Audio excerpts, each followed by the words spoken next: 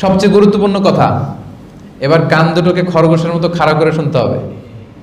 সেটা হচ্ছে looking forward to লাইলাতুল কদর, কদরের রাত তালাশ করা। রমজানের সবচেয়ে গুরুত্বপূর্ণ ইভেন্ট কদর, এটা হবে at the last 10 days of Ramadan, রমজানের শেষ দশকে। বিশ্বনবী সাল্লাল্লাহু আলাইহি সাল্লাম বলেছেন, ফালতামিসু ফিল আশরিল আওয়াখিরি মিনাল ভিতর, তোমরা রমজানের শেষ দশকের বেজর রাত্রিগুলোতে, মানে অড নাইটসগুলোতে এই কদর তালাশ করো। কিন্তু দুঃখজনক হলেও সত্য, আমাদের বাংলাদেশে শুধু 27 তারিখ এটাকে সেলিব্রেট করে, ইবাদত করে। কিন্তু ওই বছর যদি 23শে রমাদান কদর হয়ে যায়, তখন আপনার কি হবে? কারণ এটা তো যেন তেন রাত না। লাইলাতুল কদর খায়রুম মিন আলফি শাহর, 1000 মাসের চেয়ে সেরা। 1000 মাসে 83 বছর 4 মাস। আপনি ওই রাতে ইবাদত করলে ওটা আল্লাহর কাছে গ্রান্টেড হয়ে গেলে 83 বছর 4 মাস ইবাদত করলে যেই সওয়াব, ওই সওয়াব আল্লাহ আপনার আমলনামায় দিয়ে দিবে। মানে ওই সমপরিমাণ নয়। আল্লাহ বলেছেন খায়রুম মিন আলফি শাহর, খায়র মানে তার চেয়েও শ্রেষ্ঠ, এর চেয়েও বেশি সওয়াব, রিওয়ার্ড আপনি পাবেন। এজন্য ভাইরা, বুদ্ধিমান মুমিনের কাজ হচ্ছে রমজানের শেষ দশকের প্রতিটা বেজর রাতেই তারা সমান তালে ইবাদত করবে। কোনো 27, কোনো 23 নাই। কদর পেতে হলে 21, 23, 25, 27, 29 এক তালে ইবাদত চলবে আমাদের। পারা যাবে ইনশাআল্লাহ। এবং এই রাতে বিষ্ণু ঈসা ইসলাম আম্মাজান আয়েশাকে একটা চমৎকার দোয়া শিখিয়েছেন আর বলেছেন, আয়েশা তুমি কদরের রাতে এই দোয়াটা পড়বে। দোয়াটা হচ্ছে আল্লাহুম্মা ইন্নাকা আফুন তুহিব্বুল আফওয়া ফাআফু আন্নি। এর মানে হচ্ছে, হে আল্লাহ, আপনি নিশ্চয়ই ক্ষমাশীল, আল্লাহ আপনি ক্ষমা করাকে পছন্দ করেন, আল্লাহ এই রাতে আপনি আমাকে ক্ষমা করে দেন। দোয়াটা অনেক সুন্দর না? আসেন আমরা এই দোয়াটাও একসাথে পড়ি। আল্লাহুম্মা ইন্নাকা আফুন তুহিব্বুল আফওয়া ফাআফু আন্নি। আল্লাহুম্মা ইন্নাকা আফুন তুহিব্বুল আফওয়া ফাআফু আন্নি। এর মানে, হে আল্লাহ আপনি নিশ্চয়ই ক্ষমাশীল, আল্লাহ আপনি ক্ষমা করাকে পছন্দ করেন, আল্লাহ আপনি আমাকে ক্ষমা করে দেন। এবং হাদিসে এসেছে, কানা রাসূলুল্লাহ সাল্লাল্লাহু আলাইহি ওয়াসাল্লাম ইদা দাখালাল আশরা আইকাদা আহলা ওয়া জাদ্দা ওয়া শাদ্দাল মিসার। রাসূলুল্লাহ সাল্লাল্লাহু আলাইহি ওয়াসাল্লাম যখন রমজানের শেষ দশকে আসতেন, তিনি কোমরে গামছা বেঁধে নামতেন। এটা একটা মেটাফরিক ইউজ, মানে রূপক করতে, আসলে গামছা পেঁচাতেন না, মানে খুব এত বেশি ইবাদতে মনোনিবেশ করতেন, বছরের কখনো এত বেশি ইবাদতে নামতেন না। আর তিনি উঠে হাসান হোসেনকে উঠে দিতেন, যে নানা ভাইয়েরা ওঠো, ফাতিমা রাদিয়াল্লাহু তাআলা আনহাকে উঠিয়ে দিতেন, আলীকে উঠিয়ে দিতেন, ওনার স্ত্রীদেরকে উঠায় দিতেন, সবাইকে নিয়ে তিনি ইবাদতে মগ্ন হয়ে যেতেন শেষ দশকে। এবং রাসূল সাল্লাল্লাহু আলাইহি ওয়াসাল্লাম শেষ দশকে সবসময় মসজিদে নববীতে ইতিকাফ করতেন। যতদিন বেঁচে ছিলেন 10 দিন তিনি ইতিকাফ করতেন। আর যেই বছর তিনি ইন্তেকাল করেছিলেন, ওই বছর তিনি 20 দিন ইতিকাফ করেছিলেন। এই ইতিকাফ করার লাভটা কি জানেন? যিনি ইতিকাফ করবে তার এই কদরের মার্সি, ব্লেসিংস, রহমত মিস হওয়ার কোনো সুযোগ নাই। এজন্য আমি, যাদের ফ্রি টাইম আছে, লাস্ট 10 days অফ রমাদানে আপনারা ইতিকাফ করবেন। আমাদের দেশে ইতিকাফটাকে এত ভয়ঙ্কর একটা চিত্র দেয়া হয়েছে, কেউই ইতিকাফ করতে চায় না এবং মনে করা হয় যে এটা মুরব্বিদের ইভেন্ট। কাদের ইভেন্ট? একেবারে অ্যাবসলিউটলি রং কনসেপ্ট। ইতিকাফ কোনো মুরব্বিদের ইভেন্ট না, ইতিকাফ হচ্ছে যুবকদের ইভেন্ট। মুরব্বিরা অসুস্থ থাকে, এত প্রেশার তারা নিতে পারে না, তো ইয়াংরা পারবে, তাই না? আমি মিশরে ছিলাম 5 বছর, ওখানে দেখতাম যে মিশরীরা সারা রাত ইতিকাফ করতো, সকালে আবার অফিসে চলে যেত, অফিস শেষ করে আবার রাত্রিবেলা এসে আবার মসজিদে ঢুকতো।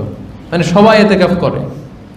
ইতিকাফটাকে ওনারা খুব ফ্লেক্সিবল ওয়েতে মানুষের কাছে প্রেজেন্ট করেছে। যাদের 10 দিন থাকার সুযোগ হয় 10 দিন থাকেন, যাদের সুযোগ না হয় 7 দিন থাকেন কিংবা 5 দিন থাকেন। তাও যদি না পারেন, বেজোর 5টা রাতে মসজিদে থাকেন।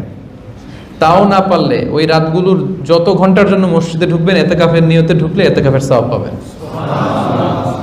সহজ হয়ে গেছে না এখন? কেউ ইতিকাফ মিস করবেন নাকি? কেউ মিস করবেন না। ইতিকাফটাকে আমরা যেন সহজ করে উপস্থাপন করি। আমাদের বাংলাদেশে যেটা করে, এটাকে এত কঠিনভাবে বলে যে 10 দিন মানে জেলখানা।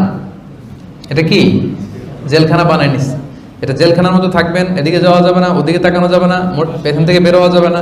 ইয়াংরা মনে করে সর্বনাশ, আমার দ্বারা এটা হবে না, 10 দিন সম্ভব না। হ্যাঁ, আপনি যদি সহজ করে দেন, বাড়িতে না যেয়ে মসজিদে 10 দিন থাকা, এটাই হচ্ছে এতেকাফের মূল নিয়ম। তবে এটা ছাড়াও আপনি ফ্লেক্সিবল ওয়েতেও এতেকাফ করতে পারেন। তো এই জন্য আমরা যেন এটাকে একটা সহজ সুন্দর ইভেন্ট হিসেবে মানুষের কাছে প্রেজেন্ট। ওকে, আমি শেষ করে দিচ্ছি, আপনি 4:30 থেকে কোশ্চেন নেব। তাহলে এতেকাফটা এটা মুরব্বীদের ইভেন্ট না। আমাদের দেশে যেটা হয়, ইয়াংদেরকে আমি খুব একটা দেখি না এতেকাফে বসতে। মুরব্বীরা বসে 1-2 জন, কোনো এলাকায় মুরব্বী না পেলে টাকা দিয়ে ওনাদেরকে বসানো হয়। জানেন এটা কি ভয়ঙ্কর? এত সুন্দর একটা ইবাদতের বিষয়কে আমরা এই পর্যায়ে নিয়ে গিয়েছি। তো এই জন্য আমরা যেন কদরের বরকত মিস না করি। সর্বশেষ কথা, রমজান শেষ হওয়ার আগে আমাদেরকে সাদাকাতুল ফিতর দিতে হয়, তাই না? জানেন এটা? সাদাকাতুল ফিতর আদায় করতে হয়, এবং সেটা ঈদগাহে যাওয়ার আগে খাবার দিয়ে আদায় করাটা উত্তম। যদি সম্ভব না হয় টাকা দিয়ে দিলেও চলবে। আচ্ছা, মান আদ্দাহা ক্বাবলা সালাহ ফাহিয়া যাকাতুন মাকবুলা। ঈদগাহে যাওয়ার আগে যে এটা আদায় করে তার জন্য এটা সাদাকাতুল ফিতরের সওয়াব হবে। ওমান আদ্দাহা বা'দা সালাহ ফাহিয়া সাদাকাতুম মিনাস সাদাকাত। আর ঈদের নামাজের পরে যদি দেয়, এটা সাদাকাতুল ফিতরের সওয়াব হবে না, এমনি সদকার সওয়াব হবে। এজন্য আমরা যেন ঈদগাহে যাওয়ার আগেই, পারলে 2-1 দিন আগেই আমরা এই সাদাকাতুল ফিতরটা দিয়ে দিই। এটার অবজেক্টিভ হচ্ছে তুহরাতান লিস-সাইম মিনাল রাফাস লাগযি ওয়ার রাফাস। আমরা রোজা রাখতে যে অনেক সময় ভুল করে ফেলি, ত্রুটি করে ফেলি, এটা যাতে ক্ষমা হয়ে যায় এই জন্য এই এক্সট্রা দানটা করা। আরেকটা অবজেক্টিভ হচ্ছে তু'মাতান লিল মাসাকিন, যারা অভাবী লোক আছে, সুবিধা বঞ্চিত মানুষ যারা আছে, তাদের সাথেও ঈদের আনন্দটাকে ভাগাভাগি করা। আমরা পোলাও খেলাম, পায়েস খেলাম, ফিন্নি খেলাম, আর আশেপাশে অন্যান্যরা কিছুই খেলো না, এটা যাতে না হয়। ইসলাম কিন্তু এটা কখনো সাপোর্ট করে না। এজন্য আমরা এই সাদাকাতুল ফিতরটা ঈদগাহে যাওয়ার আগে আগে আদায় করব। এই ছিল কয়েকটা টিপস, যেগুলো আজকে রাতে আপনারা আপনাদের যে পরিকল্পনা করবেন, এই পরিকল্পনার মধ্যে এগুলো পাশাপাশি আপনি আরও কী কী প্ল্যান করতে চান, আপনার মতো করে আপনার পরিকল্পনা সাজাবেন, যাতে করে আমরা একটা ফ্রুটফুল রমাদান আমরা কাটাতে পারি। কারণ হতে পারে এটাই আমাদের জীবনের শেষ রমাদান, আমরা কেউ জানি না। আমরা শুরুতে বলেছিলাম যে আজকের টপিকটা ছিল what if this is the last Ramadan in your life. যদি এটা তোমার জীবনের শেষ রমাদান হয়ে যায় তাহলে কেমন হবে? হতে পারে না? গত বছর অনেকে আমরা একসাথে রমাদান কাটিয়েছি, এবছর তাদের মধ্য থেকে 2-1 জন আমাদের সাথে নাই, তাই না? আজকে আমরা এই যে হলরুমে মসজিদে যারা আছি, হয়তো আমাদের মধ্যে থেকে কয়েকজন নেক্সট রমাদানে আমরা হয়তো থাকবো না। সেটা আমি হতে পারি, সেটা আপনি হতে পারেন, সেটা আমরা যে কেউ হতে পারি। তাই আসুন আমরা মনে করি যে এই যে সুযোগটা আমাদের আসছে, এটাই আমাদের জীবনের শেষ সুযোগ। হয়তো এরপরে আমরা আর কখনো রমাদান পাবো না।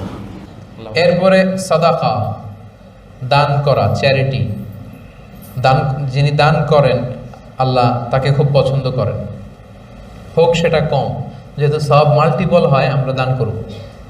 হ্যাঁ, 50 রিঙ্গিট না পারি, 10 রিঙ্গিট না পারি, 5 রিঙ্গিট না পারি, 1 রিঙ্গিট করা যাবে না? এটা তো খুব সহজ। প্রায় আমরা এই ছোট ছোট অঙ্কের দানগুলো করব। আপনি ইখলাসের সাথে যদি দান করেন, এটা আল্লাহর কাছে অনেক দামি। যারা বেশি বেশি দান করার অভ্যেস গড়ে তুলেছে পৃথিবীতে, তারা কিয়ামতের দিন তাদের আমলনামা দেখে বিশ্বাসই করতে পারবে না এটা তার আমলনামা। সে বলবে, আল্লাহ এইখানে তো এত আমল তো আমি করি নাই।